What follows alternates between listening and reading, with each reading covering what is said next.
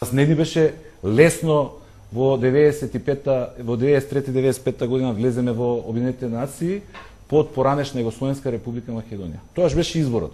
Или така или никако. Ќе останете недефинирана територија, а војните на просторите на поранешна Југославија се водеа со агресивната политика Милошевиќ, прашање дали воопшто после тоа ќе можевме да дојдеме до своја држава или низ кои све преврежја ќе можевме да поминеме. Груевски ја доби поддршката од граѓаните на последните парламентарни избори. Бараше 67, доби 63.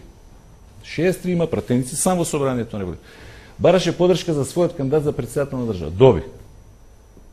И сега викате, како ние сега сите заедно да го натераме човекот што има целата апсолутна власт да настапи спротивно своите убедувања? Тоа е прашање. Тоа е прашање за вие немаме намера да се бавам со психоанализи. Било чии, вклучително и на премиерот. Да се досадат крупни одлуки за единината на државата. Тој што е на власт, ако сака да биде на власт, мора да ги донесе дури и спремен да не добие аплауз. Обратно, да го плюкаат, да го критикуваат, да го негираат. Сакаш да бидеш премиер, сакаш да носиш крупни одлуки, сакаш да бидеш власт. Донеси ја одлукава, реши се што ќе направиш, кажи му на народот што ќе направиш. Човекот има психолошки проблем. Ако го реши прашањето, ќе дое на листата кај нас, на предавници, тоа е на почесно прво место.